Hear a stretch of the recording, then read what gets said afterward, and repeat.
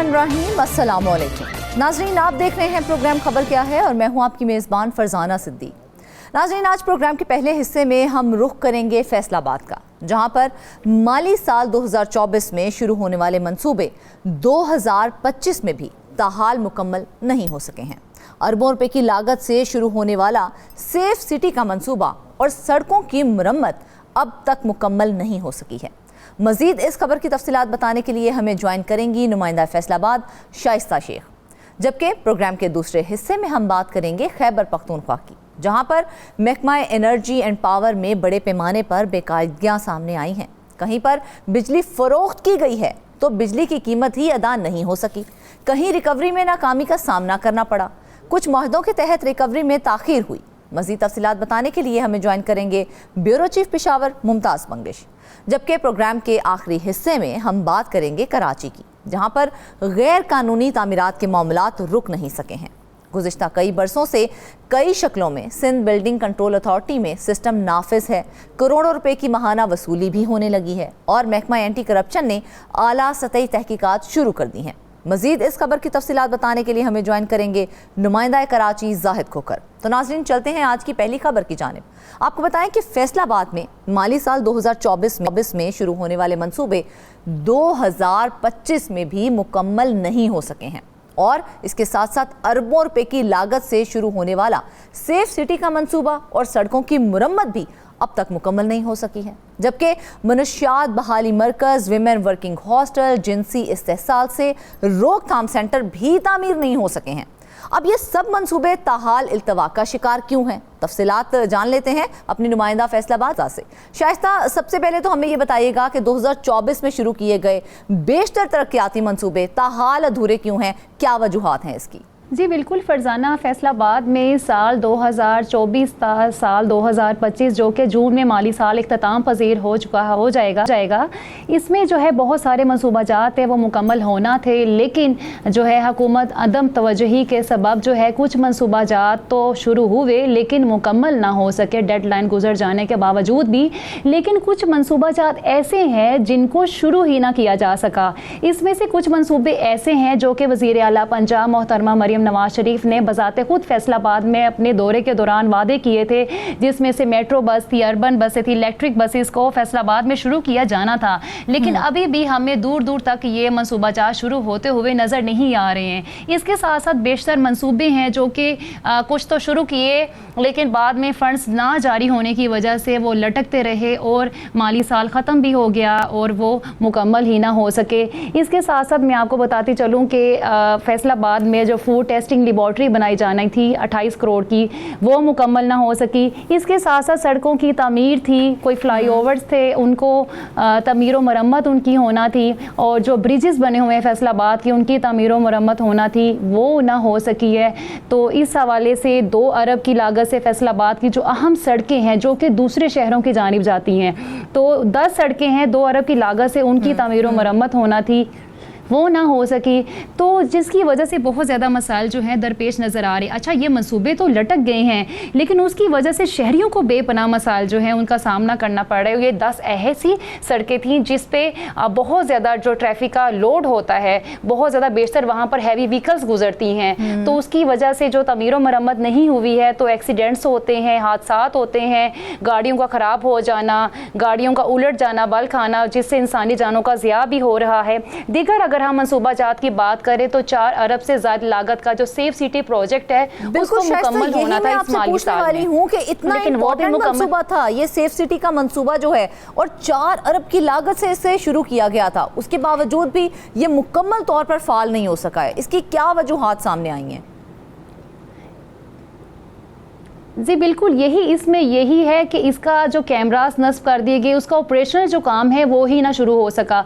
इसमें कुछ जो है फंड्स के अदम दस्तयाबी कह रहे हैं, कुछ जो है अमले की तैनाती ना होने का भी जो वजूहात है वो बताई जा रही है। ये इतना अच्छा प्रोजेक्ट है जिससे जो डकैती और वारदातें हैं इसको बहुत ज़्यादा आसानी से ट्रेस आउट किया जा सकता था और हम हर खासो आम शहरी की सिक्योरिटी के लिए बहुत अच्छा ये इनिशिएटिव था हुकूमत की जानिब से। लेकिन अफसोस के साथ अभी भी जो है मुकम्मल तौर पर बहाल ना हो सका और उसकी अल्टरनेट भी, जैसा कि मैंने आपको बताया कि शहरियों को मुश्किलात दरपेश हैं। इन्हीं जो है मंसूबों की तकमील ना होने की वजह से हम देख रहे हैं कि सेफ सिटी प्रोजेक्ट जैसे तकमील नहीं हुआ तो शहरियों के साथ जो डकैती और चोरी की वारदातें हो रही हैं, यहाँ तक के कत्ल भी हो रहे हैं। तो उनके जो मुल्जिमान हैं उनको ट्रेस आउट करना बहुत ज़्यादा मुश्किल हो जाता है। प्राइवेटली तौर पर अगर कैमराज लगे हुए हैं तो कुछ उनको हेल्प मिल जाती है, लेकिन जहाँ पर कैमरे नस्ब भी नहीं है तो वहाँ पर बहुत सारे इस तरह जो मुल्जिमान हैं वो ही पुलिस की गिरफ्त में नहीं आ सके। दीगर मनसूबाजात, अब 11 अरब की लागत से पानी का मनसूबा था, जिसमें से सबसे बड़ा मनसूबा जो था, चले मान लेते हैं कि उनके लिए फंड्स दरकार नहीं है, लेकिन जिनके लिए फंड्स दरकार हैं, जिनके लिए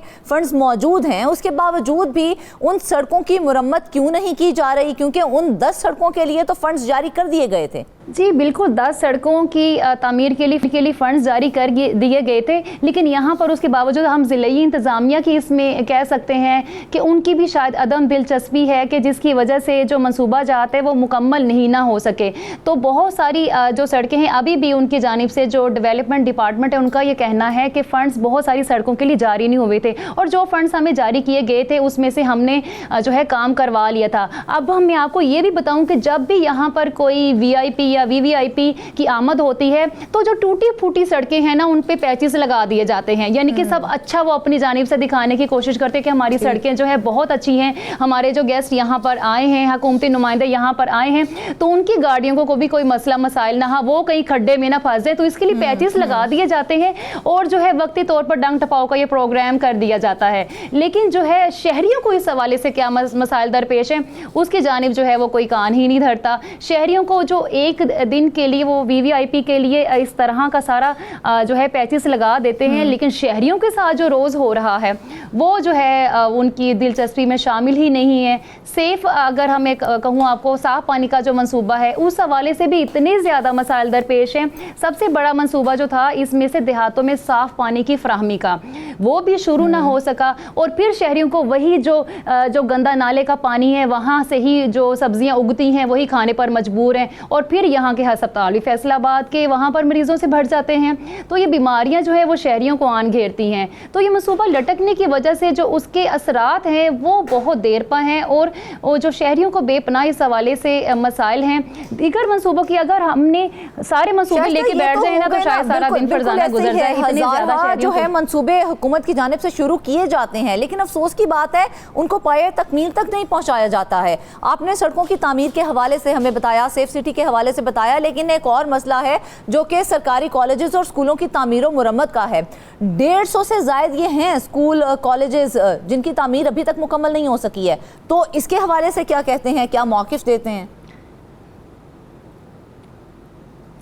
जी बिल्कुल, इस हवाले से भी जो है बल्कि महकमा तालीम, अगर हम स्कूलों की बात करें तो महकमा तालीम जो ज़िले महकमा तालीम है उन्होंने जो है बाकायदा की रिपोर्ट बना के भेजी थी, जिसमें सैकड़ों स्कूल ऐसे थे जो कि हुकूमती फ़ंड्स के मुंतज़िर थे।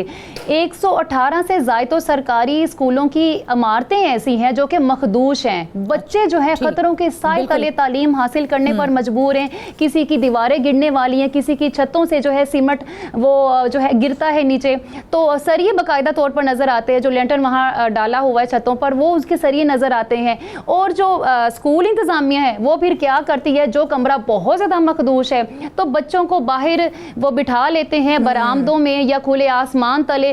सख्त गर्मी में वो दरख्तों के छांव तले बैठ जाते हैं या बरामदों में बैठ जाते हैं। सख्त सर्दी में वो इंतहाई ठिठुरती सर्दी में मैंने बजाते खुद देखा है कि बच्चे जो हैं वो ग्राउंड में बैठ के पढ़ रहे हैं। तो ये जो है बच्चों, छोटे छोटे बच्चे जो हैं प्राइमरी सेक्शन के, जो कि बहुत जल्दी बीमारियों में मुब्तला हो जाते हैं, उन तक को ये मसाइल दरपेश है। इसी तरह से सरकारी कॉलेजेस तो ऐसे हैं अभी मैंने सिर्फ एज सून एज पॉसिबल मुकम्मल होना चाहिए, जिनको जो है पाया तकमील तक पहुंचाना चाहिए। तो क्या वजह है कि इन मंसूबों को मुकम्मल करने के लिए किसी की जानिब से भी कोई भी सीरियस एफर्ट नहीं की जा रही है? जी बिल्कुल, यही वजह है ना। हम जिस भी डिपार्टमेंट से जाके पूछें कि आया इसकी क्या वजह है तो यही कहा जाता है कि हमें फ़ंड्स का ही इजरा नहीं हो रहा, और अगर इनको क्वार्टरली फ़ंड्स जारी होते भी हैं तो वो जितनी इन्होंने डिमांड पेश की होती है उस हिसाब से जारी नहीं होते। कब्जा माफिया बहुत जल्दी ऐसी जगहों के ऊपर कब्जा कर लेता है, तो फिर उन जगहों को कैसे रिकवर किया जाता है, कैसे उन्हें हासिल किया जाता है? अच्छा फरजाना, मैं आपको बड़े आपने दिलचस्प एक पॉइंट रेज किया है। वाकई कब्जा का बहुत ज़्यादा इशू है, स्पेशली गांव के। आपको पता है जैसा कि जागीरदार बासर अफराद बहुत ज़्यादा होते हैं, तो सैकड़ों स्कूल ऐसे हैं जो कि सरकारी स्कूलों की अराजी पर कब्जा किए हुए हैं, और कुछ स्कूल तो ऐसे हैं कि उनके पुरखों ने सरकार को अपनी ज़मीन दे दी थी कि आप यहाँ पर अपना स्कूल बना ले। बाद में उनके बच्चे, पोते या पड़पोते जो भी जवान हुए हैं, वो कह रहे हैं हमें हमारी अराजी वापस करें, तो ये हमारी अराजी थी। तो इस तरह के बहुत ज्यादा इश्यूज है, और महकमा तालीम इस हवाले से बेबस नजर आता है। उस अराजी की कोई डॉक्यूमेंटेशन नहीं हुई थी कि वो लोग आके अब अपना हक जता रहे हैं उस अराजी के ऊपर? और फरजाना, ये सिर्फ गांव का इशू नहीं है, बल्कि जो मेन सिटी है वहाँ पर भी स्कूलों का इशू है इस तरह का कब्जे का। और बाद में क्या है, अदालत में स्टे ले लिया जाता है, तो वहाँ पर साल से जो केस हैं वो लटके रहते हैं। कोई फैसला ना होने की वजह से जो है तो ये जो मैटर हैं वो सॉर्ट आउट ही नहीं हो रहे। तो अल्टीमेटली इसमें बच्चे मुतासिर हो रहे हैं। स्कूल इंतज़ामिया जो है वो कह रहे हैं कि हमें बार बार हाई कोर्ट के चक्कर लगाना पड़ते हैं लाहौर में। तो इस हवाले से हमें बहुत ज़्यादा ये मसाइल दरपेश रहते हैं। हम पढ़ाई करें या फिर जो केसेस है उनकी पैरवी करें, जो सूरत हाल हमें देखने को मिल रही है, और जिस तरह से आपने इतनी अच्छी सर्च करके हमें बताया है, यहाँ पर तो हर मंसूबा जो है वो ताखीर का शिकार है, और जिंदगी के हर शोबे से ताल्लुक रखने वाले अफराद जो हैं वो तो मुतासिर हो रहे हैं। सड़कें नहीं बनेंगी तो ऑफिस जाने वाले लोग मुतासिर होंगे, स्कूल नहीं बनेंगी तो स्कूल जाने वाले बच्चे मुतासिर होंगे। तो इन मंसूबों को आखिर कैसे हम मुकम्मल कर सकते हैं, और किस तरह से इनको फोर्स किया जा सकता है ताकि ये मंसूबों को मुकम्मल करें?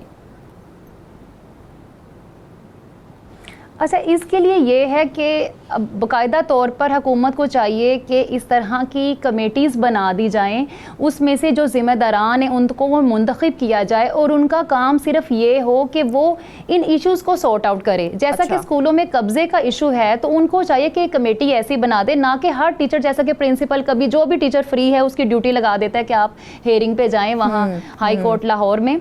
तो इस तरह से अगर जो कमेटी बन जाएगी, इस तरह से बच्चों की तालीम भी मुतासिर नहीं होगी, और जो उनका काम जो है वो भी बहुत हद तक हो सकता है, क्योंकि इस तरह से जो है गुत्थी जो है ऐसी उलझी हुई है वो सुलझ ही नहीं रही है। अगर उस कमेटी जो है अपना फ़आल किरदार अदा करेगी, उनको टास्क ही यही दे दिया जाएगा कि वो आपने ये इशू रिजॉल्व करवाना है। यहाँ पर सबसे बड़ा सवाल जो है वो तो ये उठता है ना कि जिनको इन मंसूबों के ठेके दिए गए थे उनका इस बारे में क्या कहना है, वो इसको अब तक मुकम्मल क्यों नहीं करवा सके इन मंसूबों को?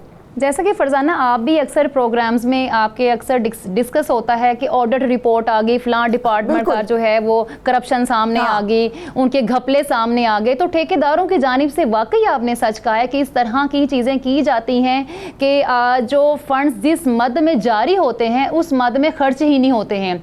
नीचे जो इनके नुमाइंदगान बैठे हुए हैं वो समटाइम ऐसे होता है कि अगर फंड जारी हो भी गए हैं ना, तो वो फिर उनकी तमीर व मरम्मत पर वो लगते नहीं हैं, वो कोई ना कोई जो है वहाँ पर खा जाता है। और ना सिर्फ ये इसमें ठेकेदार मुलव्वस होते हैं, बल्कि इसमें से जो सरकारी अफसरान है जो भी इनमें शामिल हैं वो उनका साथ देते हैं बाकायदा तौर पर, जिसकी जानिब से वो कहा जाता है कि इतने पैसे तुम्हारे, इतने पैसे मेरे, इस तरह से वो डील कर लेते हैं, और जो मंसूबा है वो खटाई में पड़ जाता है। कोई अपनी जेबें भर लेता है, और कोई जो है छोटी-छोटी, उनसे कोई पूछगछ नहीं होती है कि आया जिस मंसूबे के लिए ये रकम आपको फराहम की गई थी वो रकम आपने लगाई कहाँ पर है?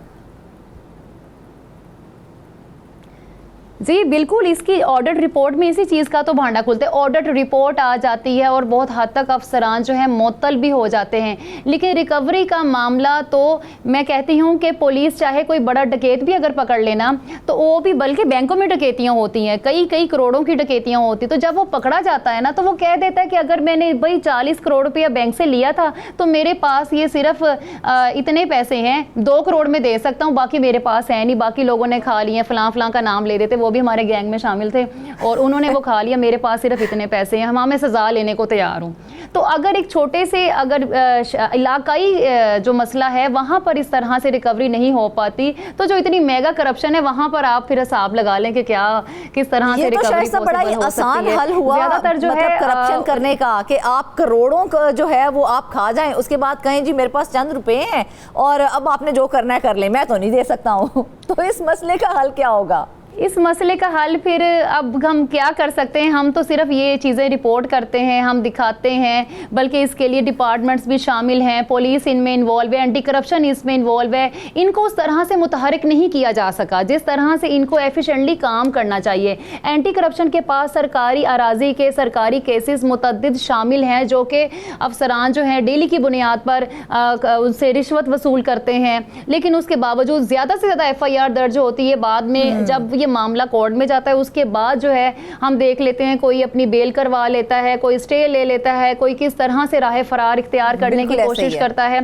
तो उस तरह से जो है एफिशिएंटली ये डिपार्टमेंट्स भी काम नहीं करते हैं। बिल्कुल शांता ऐसे ही है। जो है हम एक बार फिर से यहाँ पर ये कि इंतहाई अफसोस का मुकाम है कि इतने अहम मंसूबे शुरू किए जाते हैं, आवाम की फलाह के लिए शुरू किए जाते हैं, लेकिन अफसोस की बात है कि कभी वो ठेकेदारों की नज़र हो जाते हैं और कभी वो फंड्स की नज़र हो जाती है और कहा जाता है कि फंड्स ही फराहम नहीं किए गए हैं। लिहाजा हुकूमत को सीरियस होकर इन मंसूबों को पाया तकमील तक पहुँचाना चाहिए ताकि आवाम की फलाह के लिए कोई काम हो सके। नाज़रीन, अब हम आपको बताएंगे कि महकमा एनर्जी एंड पावर में बड़े पैमाने पर बेकायदगियाँ सामने आई हैं।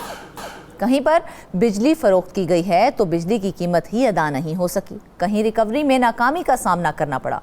कुछ माहदों के तहत रिकवरी में ताख़ीर हुई, लेकिन ताख़ीर करने पर करोड़ों रुपए की अदायगी महकमे को नहीं की गई है। इस बारे में बात करते हैं हमारे पेशावर के मुमताज़ बंगिश से।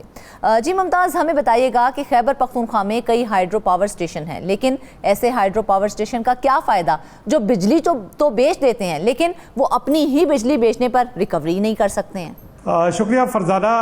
दरअसल खैबर पख्तूनख्वा में जो छोटे छोटे हाइड्रो पावर प्रोजेक्ट्स हैं वो काफ़ी मददगार साबित हो रहे हैं, खुसूसन उन इलाकों में जहाँ पे ये कायम किए गए हैं। इन हाइड्रो पावर का मकसद ही यही था कि ये छोटी छोटी जो इंडस्ट्रीज़ हैं वहाँ पे सस्ती बिजली फराहम करे ताकि वहाँ रोज़गार के मौके मुयसर हों और लोगों को जो महंगी बिजली है तो उससे छुटकारा मिल सके और वहाँ की जो लोकल इंडस्ट्री है वो इस पे चल सके। छोटे छोटे प्रोजेक्ट्स हैं, कोई 80 मेगावाट का है, कोई 84 मेगावाट का है, कोई 11 मेगावाट का है, लेकिन उसकी जो बिजली है वो बेची जा रही है पेस्को को मुख्तलिफ मुआहदों के तहत।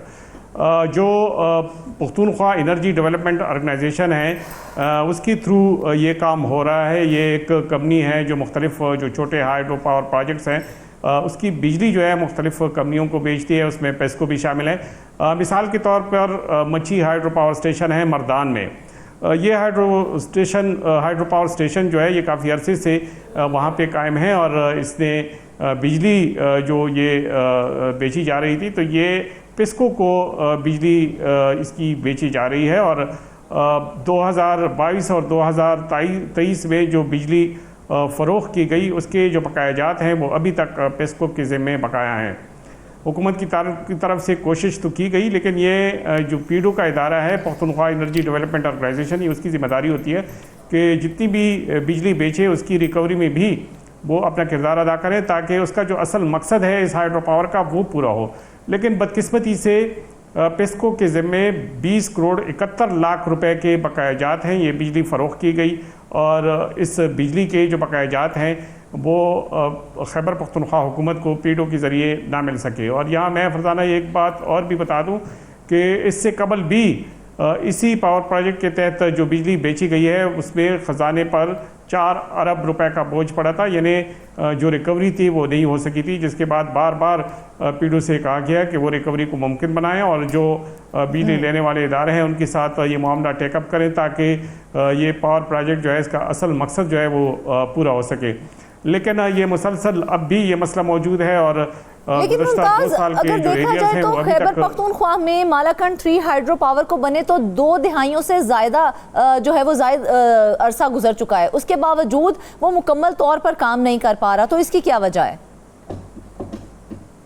जी बिल्कुल, आपने मालाकंड 3 पावर हाइड्रो पावर का जिक्र किया है। ये भी एक बड़ा हाइड्रो पावर है। खैबर पख्तूनख्वा में 2008 में ये मुकम्मल हो गया था और इस हाइड्रो पावर की कैपेसिटी जो है वो 81 मेगावाट बिजली इससे पैदा होती है और इसका बुनियादी मकसद भी यही था कि ये भी इंडस्ट्रीज़ को, वहाँ के लोकल जो इंडस्ट्रीज़ है उसको ये बिजली फराहम करे। लेकिन यहाँ पे भी काफ़ी बेकायदगियाँ सामने आई हैं। मिसाल के तौर पर जिस कंपनी को ये बिजली जिस कंपनी के ज़रिए बेची गई तो 58 करोड़ रुपए, 58 करोड़ 72 लाख रुपए उस कंपनी के ज़िम्मे सिर्फ ताख़ीर से अदायगी में वाजिबुल अदा थे।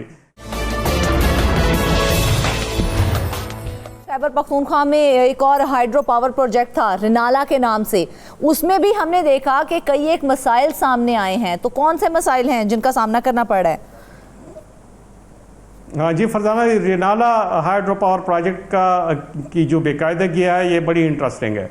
ये अच्छा। इस्लामाबाद की एक कंपनी को 2014 में उसके साथ एक मुआहिदा किया गया था, और ये मुआहिदा ये था कि 5 साल के लिए था। इस कंपनी को ये जिम्मेदारी दी गई थी कि वो रिनाला पावर प्रोजेक्ट जो है न सिर्फ इसको ऑपरेशनल बनाएंगे, उसको ऑपरेट करेंगे, बल्कि इसकी मुरम्मत की जो जिम्मेदारी है वो भी इसी कंपनी को दी गई थी। इस्लामाबाद की एक निजी कंपनी थी, ये उसकी जिम्मेदारी थी। सिर्फ ये मुआहिदा ही नहीं हुआ था, बल्कि इस पावर प्रोजेक्ट को चलाने के लिए 25 करोड़ 14 लाख रुपए के मुआहिदे पे जो दस्तखत हुए थे,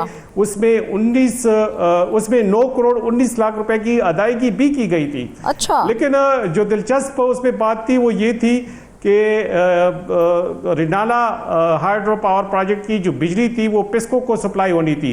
यानी ये मुआहिदा जो था जिस साल 2014 में हुआ था, उसी साल पिस्को ने ये बिजली खरीदनी थी। अच्छा। लेकिन पिस्को के साथ वो मुआहिदा ना हो सका, 5 साल गुजर गए, और ये अदायगी जो 9 करोड़ 19 लाख रुपए की अदायगी थी वो तो इस जो निजी कंपनी थी उसको की गई। लेकिन मजे की बात यह है कि जब बिजली नहीं बेची गई, इस रिनाला हाइड्रो पावर प्रोजेक्ट की ऑपरेशन ही अमल में नहीं आई, तो इस कंपनी को ऑपरेशन या फिर मुरम्मत के किस मद में पैसे दिए गए? बिल्कुल इस पे भी इस कंपनी से रिकवरी की बात की गई, लेकिन रिकवरी ना हो सकी।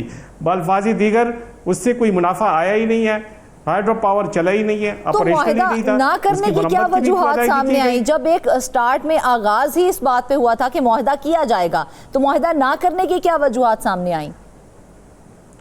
असल में वो मुआहिदा तो होना था पिस्को के साथ। अब पिस्को के साथ अगर उस मुआहिदा में वो जो वो थे जो शेख थे, उस पर अगर दोनों यानी जो पख्तूनख्वा एनर्जी डेवलपमेंट ऑर्गेनाइजेशन है और पिस्को है, अगर उसके माबैन इत्तेफाक ना हो सका, तो फिर चाहिए था कि जिस कंपनी को इस पावर प्रोजेक्ट को चलाने का जो ठेका दिया गया था, चाहिए था कि वो भी कैंसिल कर दिया जाता, या उस एग्रीमेंट में ये लिख दिया जाता कि जब तक ये रिनाला पावर प्रोजेक्ट जो है ये ऑपरेशनल ना हो, तब तक उस पे जो उसकी जो ऑपरेशनल कास्ट है या जो ठेके की जो रकम है, तब तक वो अदा ना हो। अब ये रिनाला पावर प्रोजेक्ट क्या काम कर रहा है, क्या कारकर्दगी दिखा रहा है? अब रिनाला हाइड्रो पावर प्रोजेक्ट अब भी बिजली प्रोड्यूस कर रहा है, लेकिन एक मुनाफा बख्श प्रोग्राम के तहत इस बिजली को पिस्को को बेचना था। अब पिस्को को जब उस वक्त नहीं बेचा गया, 5 साल गुजर गए, तो 5 साल की मुरम्मत और ऑपरेशनल की कास्ट उस कंपनी को, निजी कंपनी को तो दी गए उसके पैसे, लेकिन ऑपरेशनल नहीं हुआ। अल्फाजी दीगर ये कहना चाहिए कि रिनाला पावर प्रोजेक्ट से मुमताज वो बिजली जो थी वो तो ऑपरेशनल, अगर बिजली बनती भी है लेकिन वो आगे फिर वो तकसीम ना हो, उसकी डिस्ट्रीब्यूशन ना हो, तो जाहिर है वो पावर प्रोजेक्ट जो है वो तो ऑपरेशनल ही नहीं है। जब ऑपरेशनल ही नहीं है तो कंपनी को अदायगी की क्या जरूरत है? तो ये करना था कि इस कंपनी ने ये इंश्योर करना था कि जो पिस्को को बिजली दी जा रही है वो 24 आवर्स वो ऑपरेशनल हो, और इसमें जितनी भी मुरम्मत के अखराजात हों वो भी इससे जो ठेका दिया गया था 25 करोड़ रुपए में, वो भी इससे करने थे। और जो 9 करोड़ 19 लाख रुपए की अदायगी की गई थी वो ऐसी ही की गई, बगैर ऑपरेशनल की गई। तो चाहिए था कि ये रकम उनसे रिकवरी की जाती, लेकिन रिकवरी नहीं हुई। खजाने को 9 करोड़ 19 लाख रुपए का नुकसान उठाना पड़ा। तो ये जितने भी हाइड्रो पावर प्रोजेक्ट्स हैं उसमें इसी किस्म के मसाइल हैं, और इसकी वजह सिर्फ यही है कि जो इसके कर्ता धर्ता हैं वो ज़्यादा इसमें दिलचस्पी नहीं रखते, या वो इतने कैपेबल नहीं है कि इन मसाइल पर काबू पाए। हालांकि खैबर पख्तूनख्वा हुकूमत की जानिब से उनका तो काम है कि ये पावर प्रोजेक्ट्स बनाएं। पावर प्रोजेक्ट्स हुकूमत बना के दे देती है और वो उनको ऑपरेशनल ही नहीं कर सकती, या अगर ऑपरेशनल कर सकते हैं तो उनकी रिकवरी की रकम ही रिकवर नहीं कर सकती। तो ये फिर ऐसे इदारे का मेरा ख्याल में कोई फ़ायदा ही नहीं है। अच्छा मुमताज, जहां हम इतनी बेज़ाब्तियों की बात कर रहे हैं, वहां पर एनर्जी सेक्टर के अंदर जो हमने देखी हैं, खैबर पख्तूनख्वा में एनर्जी डेवलपमेंट ऑर्गेनाइजेशन में भी देखा जाए तो तैनातियों में बेकायदगियां हुई हैं। इस बारे में क्या तफसीलात हैं आपके पास? जी फरजाना, ये भी बड़ी एक दिलचस्प सी खबर है। ये हुआ ये था कि साल 2015 में ये जो पख्तूनख्वा एनर्जी डेवलपमेंट ऑर्गेनाइजेशन है, जिसको पीडब्ल्यू कहते हैं, 2015 में उसकी चीफ एग्जीक्यूटिव की तकर्री की गई थी और चीफ एग्जीक्यूटिव को 2015 में 14 लाख रुपए माहाना तनख्वाह पे हायर किया गया था और उसके साथ एक बाकायदा तौर पे एग्रीमेंट भी किया गया था। उसको तनख्वाह मिलती रही, कई सालों तक वो इस ओहदे पर काम करते रहे। 2017 के एंड तक ये इस पोस्ट पर काम करते रहे। लेकिन पीडब्ल्यू की मेहरबानी देखें कि इस अफसर को, चीफ एग्जीक्यूटिव को, तनख्वाह के अलावा अलाउंसेस भी दी जाते रहे। अच्छा। और ये अलाउंसेस जो हैं ये लाखों में दिए जाते रहे। तनख्वाह के अलावा उन्हें 4 करोड़ 36 लाख रुपए के अलाउंसेस दिए गए। और मज़े की बात यह है कि इन अलाउंसेस में बैरून मुल्क के दौरे भी शामिल थे, जो उसका वो एलिजिबल नहीं था। ना तो उसके साथ जो कॉन्ट्रैक्ट हुआ था, ना उसमें उसका जिक्र किया गया था, और ना कोई ऐसी तहरीरी तौर पर कोई चीज़ मौजूद है कि जिसके बिना पर ये कह सके कि हाँ, ये चीफ एग्जीक्यूटिव जो था, ये बैरून मुल्क जो दौरे हैं उसका ये उसके लिए ये इजाज़त थी इसकी, और या ये जितनी भी अलाउंसेस ये ड्रॉ कर रहा था इसकी बाकायदा तौर पर इजाज़त की गई, या कॉन्ट्रैक्ट में कोई इस किस्म का जिक्र, लेकिन कोई भी ऐसी चीज़ नहीं थी। इसके बावजूद उन्हें 4 करोड़ 36 लाख रुपए के अलाउंसेस दिए गए। और यहाँ मज़े की बात यह है कि ये जो चीफ एग्जीक्यूटिव है, इनकी तैनाती के खिलाफ पेशावर हाई कोर्ट में एक पिटीशन दायर की गई और पेशावर हाई कोर्ट में ये फैसला आया कि जो चीफ एग्जीक्यूटिव की तैनाती है ये बिल्कुल गैर कानूनी है। अच्छा। और फौरी तौर पर उस चीफ एग्जीक्यूटिव की असामी को पेशावर हाई कोर्ट ने खाली करार दिया था। बल्फाजी दीगर इसकी तैनाती ही गैर कानूनी तौर पर की गई थी, तो फिर होना तो ये चाहिए था कि जो 14 लाख माहाना की तनख्वाह मिल रही थी वो भी इससे रिकवर की जाती, और जो अलाउंसेस उसे दिए गए हैं जो गैर कानूनी तौर पर एक बेकायदगी हुई थी, और वो भी इससे रिकवर की जाते। मुमताज, रिकवरी तो हम कभी भी किसी भी जमाने में नहीं कर पाए हैं। हाँ, रिपोर्ट जरूर हो जाता है, मामला सामने जरूर आ जाता है, लेकिन अफसोस की बात है कि कभी भी हम किसी से कोई रिकवरी नहीं कर पाते हैं। खैर, ये सारी बातें तो एक तरफ, जिस तरह से आपने जिन पावर प्रोजेक्ट्स का जिक्र किया है, अगर देखा जाए तो खैबर पख्तूनख्वा में मजीद इस किस्म के और भी बहुत से छोटे पावर प्रोजेक्ट्स बन रहे हैं, लेकिन अगर उनका भी यही हाल है तो फिर ऐसे प्रोजेक्ट्स बनाने का फायदा क्या है? यही एक सवाल है। मतलब मलकंड पावर प्रोजेक्ट जो है उसको बने हुए तकरीबन ऑलमोस्ट 3 दहाइयाँ होने लगी हैं। 2008 में बना था और 2025 है, तो 2028 को उसको 3 दहाइयाँ हो जाएंगी। अगर उसकी बिजली जो बेचते हैं, जो वहाँ पे बिजली पैदा होती है, वो पिस्को जैसे इदारे पे, एक सरकारी इदारा है, उसको जब बिजली बेची जा रही है और उसके फिर जो बिजली की अपनी कीमत है उसकी वसूली ना हो, हम तो ये रोना रोते हैं कि जो खैबर पख्तूनख्वा बड़े पैमाने पर जो बिजली पैदा करता है, पूरे मुल्क को सप्लाई करता है, उसकी जो खालिस मुनाफा है वो वफाकी हुकूमत की तरफ से नहीं मिलता। लेकिन इधर तो सूरत हाल ये है कि जो पेशावर की जो कंपनी है उसको जो बिजली बेची जा रही है वो तो उससे भी रिकवरी नहीं कर सकते। तो फेडरल गवर्नमेंट से जो अरबों रुपए की रिकवरी है वो कैसे होगी? जाहिर है ये तो हुकूमत का अपना मामला है। इधर अपनी कंपनी है जो पेशावर में कायम है, और इधर जो इदारा है इसको रेगुलेट करने के लिए पख्तूनख्वा एनर्जी डेवलपमेंट ऑर्गेनाइजेशन, वो भी इधर ही है। उसके नाम तो बदल रहते हैं, कहीं सरहद एनर्जी डेवलपमेंट अथॉरिटी हो जाती है, कभी पख्तूनख्वा एनर्जी डेवलपमेंट ऑर्गेनाइजेशन के नाम दे देते हैं और उसमें एक जदत लाने की कोशिश करते हैं। लेकिन इनकी सोच और इनकी कारकर्दगी वही है जो 20-25 साल आज भी जीरो है, कारकर्दगी आज भी जीरो है मुमताज इनकी। लेकिन देखा जाए तो धड़ाधड़ पावर प्रोजेक्ट्स बनाए जा रहे हैं, लेकिन अफसोस की बात है कि एक भी प्रोजेक्ट जो है वो अपना काम पूरा नहीं कर रहा है। अगर ये तमाम प्रोजेक्ट्स फाल हो जाएं, काम करना शुरू कर दें, तो जो बिजली की कमी का सामना हमें देखना पड़ता है, और ख़ास तौर पर समर सीजन में, तो हमें ये इन प्रोजेक्ट से कितना फ़ायदा हो सकता है और बिजली की कमी को किस तरह से पूरा किया जा सकता है? जी बिल्कुल, अगर हुकूमत चाहे तो इन प्रोजेक्ट को और भी दूसरी कंपनियों के साथ इसके मुआहदे अगर तय कर ले, तो मेरा ख्याल है आज जो बिजली की कीमत है तो पुरानी कीमतों पे इन्होंने जो मुआहदे किए हैं उसके तहत चल रहे हैं और बिजली सप्लाई कर रहे हैं। आज जो बिजली की कीमत देखें तो ये छोटे हाइड्रो पावर प्रोजेक्ट से ये इतना कमा सकते हैं कि उस पर मजीद हाइड्रो पावर प्रोजेक्ट जो है वो बनाए जा सकते हैं। अब तो इन्होंने छोटे लेवल पे हुकूमत की तरफ से छोटे छोटे गाँव में इस किस्म के प्रोजेक्ट बन रहे हैं, और उन प्रोजेक्ट के तहत जो मकामी जो विलेजेस हैं उनको बिजली सप्लाई होती है। ये तो इंडस्ट्रियल बिजली जो है कमर्शियल बुनियादों पर सप्लाई कर रही थी, और आज अगर इस किस्म के प्रोजेक्ट्स बन जाए और मुख्तलिफ इलाकों में, जिस तरह इस बात में शांगला में और मलकंड में ये प्रोजेक्ट बने, मर्दान में मचई जो बिल्कुल ऐसे ही है। अगर इसी तरह से छोटे पावर प्रोजेक्ट्स इन्होंने बनाने हैं और उन्हें फॉल नहीं करना, तो फिर क्या फ़ायदा ऐसे प्रोजेक्ट्स का। हुकूमत को चाहिए कि इन तमाम पावर प्रोजेक्ट्स को फाल किया जाए ताकि बिजली की कमी का जो सामना है उससे हमें छुटकारा मिल सके। वापस आएंगे ब्रेक के बाद। वेलकम बैक नाज़रीन, चलते हैं प्रोग्राम के आखिरी हिस्से की जानिब। आपको बताएं कि कराची में गैर कानूनी तामीरात के मामलात रुक नहीं सके हैं। गुज़िश्ता कई बरसों से कई शक्लों में सिंध बिल्डिंग कंट्रोल अथॉरिटी में सिस्टम नाफिज है। करोड़ों रुपए की बहाना वसूली भी होने लगी है, जबकि साबिक और मौजूदा डायरेक्टर जनरल्स नैब के रेडार पर होने के बावजूद गैर कानूनी तामीरात का सिलसिला आज भी जारी है। सिंध बिल्डिंग कंट्रोल अथॉरिटी के अफसरान की मिली भगत से शहर भर में रिहायशी प्लॉट्स को कमर्शियल में तब्दील करने, गैर कानूनी पोर्शंस और गैर कानूनी फ्लोर्स डालने का कारोबार अरूज पर पहुंच चुका है और महकमा एंटी करप्शन ने आला सतही तहकीकात भी शुरू कर दी हैं। मजीद इस खबर की तफसीलात बताने के लिए हमें ज्वाइन किया नुमाइंदा कराची जाहिद खोकर ने। जाहिद, सबसे पहले हमें ये बताएं कि सिंध बिल्डिंग कंट्रोल अथॉरिटी में क्या मामला चल रहे हैं और महकमा एंटी करप्शन की जानिब से जो आला सतही तहकीकात शुरू की गई हैं उसकी तफसीलात भी बताइए। जी, बहुत बहुत शुक्रिया आपका। और ये सिंध बिल्डिंग कंट्रोल अथॉरिटी में करप्शन के मामलात कोई नए नहीं हैं, और इस तरह की जो कहानियाँ हैं वो मंजर आम पे आती रहती हैं, और मुख्तलिफ जो इशूज़ हैं, स्कैंडल्स, वो भी आते रहे हैं।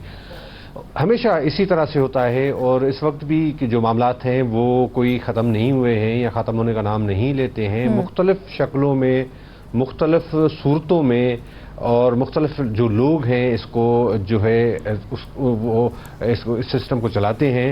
और इस वक्त भी यही सिस्टम राइज है जिसके तहत ये तमाम शहर भर में गैरकानूनी तामीरात हो रही है। जो रिहायशी प्लॉट्स होते हैं उन पर कमर्शियल प्लॉट्स बनाने की मंजूरी दी जाती है, जो पोर्शंस होते हैं उनको जो है गैरकानूनी तौर पर डालने की मंजूरी दी जाती है।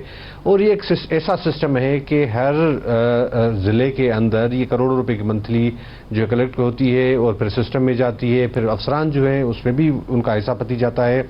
और असल जो लोग हैं जो इस इदारे को चलाते हैं, जिसको सिस्टम का नाम दिया जाता है, वो ना किसी जो है अवामी ओहदे में होते हैं, बल्कि वो प्राइवेट कुछ लोग होते हैं, अपनी मनपसंद अफसरान की तकर्री करवाते हैं और उनके ज़रिए ही तमाम मामला चलाए जाते हैं। ये जो मामला हैं, एक साबिक जो डायरेक्टर जनरल थे उसके बाद जो बैरून मुल्क फरार भी हो गए, अब वापस वतन आ चुके हैं। नस्ला टावर के हवाले से जब इशू स्कैंडल हाईलाइट हुआ था उसके बाद, तो उससे लेकर इस वक्त तक कोई हमें याद नहीं है कोई ऐसा डायरेक्टर जनरल आया हो जो बिल्कुल इदारे की अच्छाई के लिए जिसने कोई काम किया हो। जो भी डायरेक्टर जनरल मुकर्रर किया जाता है वो सिस्टम के तहत होता है और उसी सिस्टम के तहत ये कलेक्शन होती है। अब आते हैं महकमा एंटी करप्शन की इंक्वायरी की जानिब। महकमा एंटी करप्शन की जानिब से खास तौर पर जिला ईस्ट के हवाले से एक आला सतही तहकीकात शुरू की गई है। ज़िला ईस्ट में क्योंकि पूरे शहर में भी इस तरह के गैरकानूनी तामीरात होती हैं, मगर ज़िला ईस्ट के अंदर ऐसे मामलात हैं कि सिस्टम जो है उसका कंट्रोल ज़्यादा होता है। वहाँ पर जितने अफसरान हैं उनकी तकर्रुर तबादले, director, deputy director, assistant director, वो सिस्टम के तहत होती है, वही फिर कलेक्शन करते हैं। इसलिए ईस्ट के अंदर ये मामला ज़्यादा हैं। ऐसे दर्जनों प्लाट हैं जो इस जो नोटिस जारी किया गया है director east Sindh building control authority को, उसमें मेंशन कुछ प्लाट्स किए गए हैं, मगर ऐसे सैकड़ों प्लॉट्स हैं जो गैरकानूनी तौर पर उनको या तो रिहायशी प्लॉट्स से उनको कमर्शियल में तब्दील किया गया है, जहाँ पोर्शंस हैं उनको डालने दिया जाता है। या इजाफी फ्लोर प्लॉट नंबर हैं जाहिद जिनके खिलाफ तहकीकात की जा रही है, यानी कि वो तमाम रेजिडेंशियल प्लॉट्स से जिन्हें कमर्शियल में तब्दील किया गया है?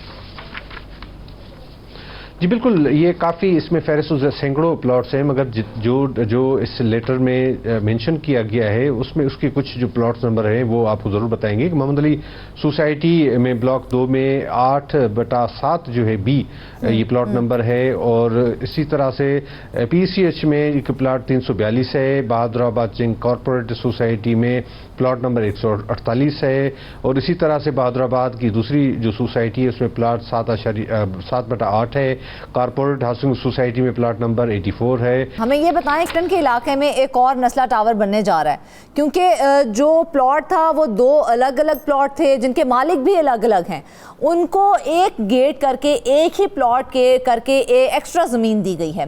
तो इसका क्या मामला है? इसमें कौन कौन ऐसे अफराद हैं, कौन कौन से महकमे हैं जिनके अफसरान मुलव्विस हैं? जी बिल्कुल, ये बड़ा एक मामला संजीदा किस्म का है। अगर इसको रोका नहीं गया तो ये आइंदा जो मुस्तकबिल का ये नस्ला टावर स्कैंडल हो सकता है। ये क्लिफ्टन ब्लॉक 1 में ये प्लॉट हैं, 2 अलग अलग प्लॉट्स हैं। तमाम इदारे जो हैं, ये सिंध बिल्डिंग कंट्रोल अथॉरिटी हो, KD हो, मास्टर प्लान हो, उनकी जानिब से मिली भगत से तमाम इदारों की जानिब से ये काम किया जा रहा है। प्लॉट नंबर जो 1/3 की पैमाइश है वो 433.33 मुरबा गज था। मास्टर प्लान डिपार्टमेंट ने की मंजूरी के बाद 5 अक्टूबर 2020 को इसके जरिए उन्होंने अमलकेशन के जरिए मिलाया गया। दोनों प्लाटों के मालिक अलग अलग हैं। हाँ। इस तरह होता है कि एक जो कानून है कि अगर किसी एक मालिक का प्लाट है, वो दोनों एक साथ हैं, तो उसको अमलकेशन के मामला जो है किए जा सकते हैं, मगर मालिकानी अलग अलग हैं। ना सिर्फ ये किया गया है, मगर उनको तकरीबन 250 मुरबा गज जो है इजाफी अलाट किया गया है। अब इसकी जो है दोनों प्लॉटों को मिलाएंगे तो 1266.95 मुरबा गज इसकी पैमाइश हो गई है। अब उसको जो है इदारों की जानिब से मंजूरी दी जा रही है।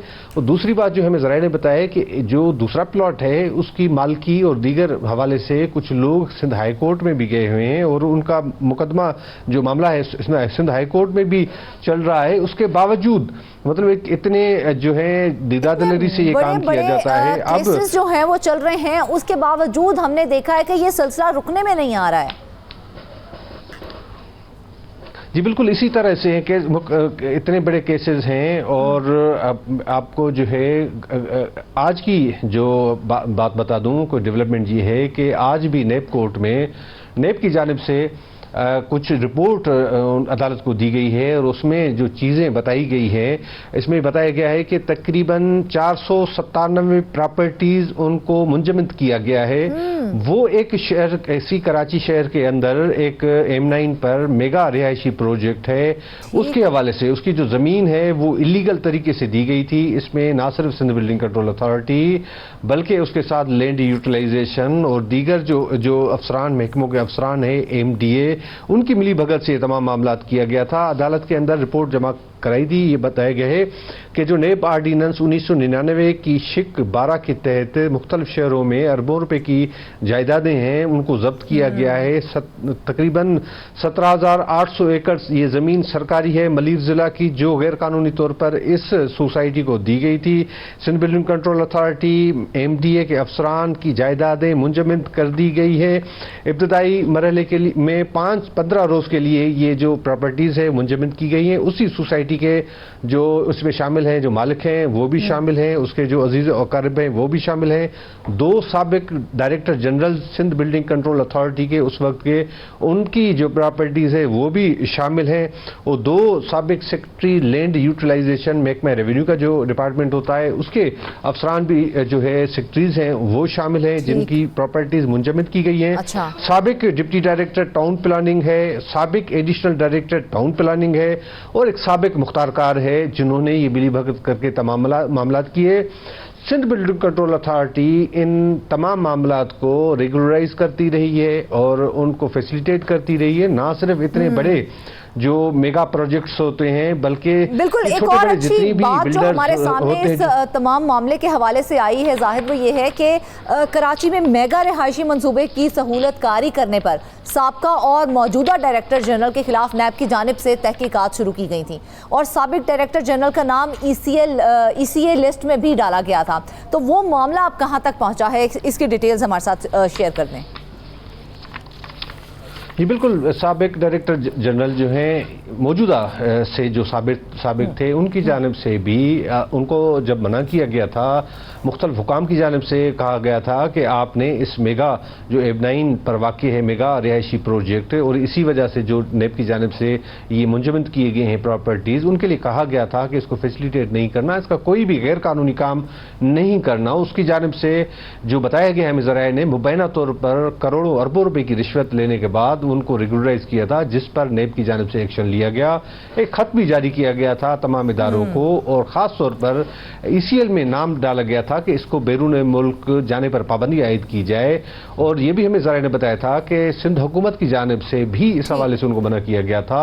वज़ीर सिंध ने भी कहा था कि इस मामले पर वो कोई गैर कानूनी काम या कोई इकदाम ना उठाएं, क्योंकि उस रिहायशी मनसूबे के जो मालिक हैं उनकी जानिब से बड़ी बड़ी ऑफरें दी जा रही थी। बिल्कुल, देखा जाए तो बहुत बड़े बड़े रिहायशी सूबे शुरू किए जाते हैं, लेकिन उनमें हमने हमेशा से देखा है बहुत सी बेज़ाब्तियां भी सामने आती हैं। अगर ये मंसूबे साफ और शफाफ तरीके से चलें तो आवाम का भी भला है और हुकूमत का भी भला है। नाज़रीन, इसके साथ ही आज के प्रोग्राम से बस इतना ही। ढेर सारी दुआओं में याद रखिएगा। इजाज़त दीजिए, अल्लाह हाफ़िज़।